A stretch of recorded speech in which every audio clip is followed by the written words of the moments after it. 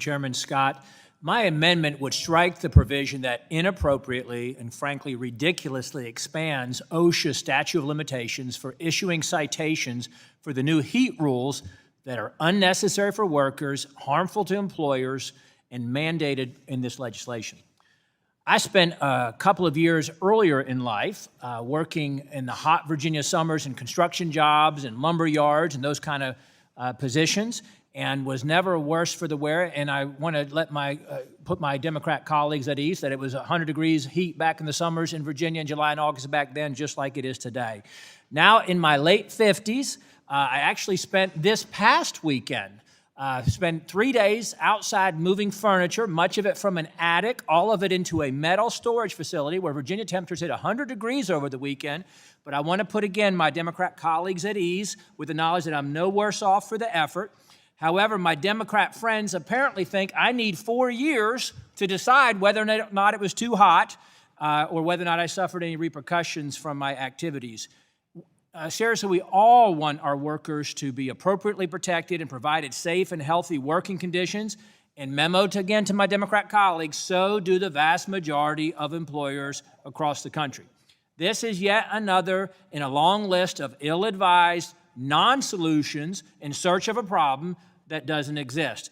Employers are desperate to reward and retain a satisfied and productive workforce. Unchanged, though, this legislation would create a flood of citations against employers for minor infractions and paperwork errors that allegedly or supposedly occurred up to 4 years ago. Who can remember how hot it was 4 years ago? While in a nation of 330 million people, we can always identify outlying occurrences, but employers do take precautionary measures to permit their workers to stay hydrated, take the appropriate number of breaks because it's good for business, and they do actually care about their employees, much more than anybody in this room cares about their employees. And they don't need the heavy hand and oppressive hand of this federal government upon them. The goals of safety enforcement should be to prevent injuries and illnesses before they occur by ensuring that those rare bad actors are held accountable and violations are addressed as quickly as possible.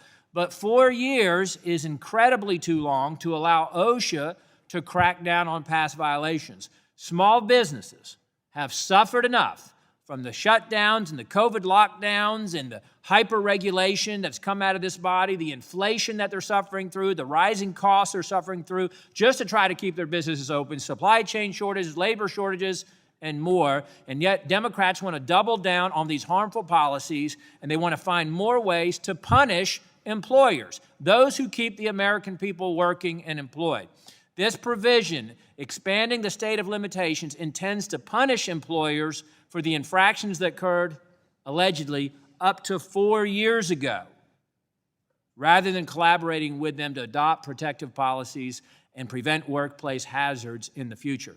This is yet another in a long string of Washington knows best policies put forward by the Democrat majority. The last thing our nation's job creators and employers need right now is more regulations that hurt employers, raise costs, and don't do anything to make workplaces truly safer. So I urge my colleagues to adopt my amendment to keep OSHA's current statute of limitations. 6 months is plenty long enough.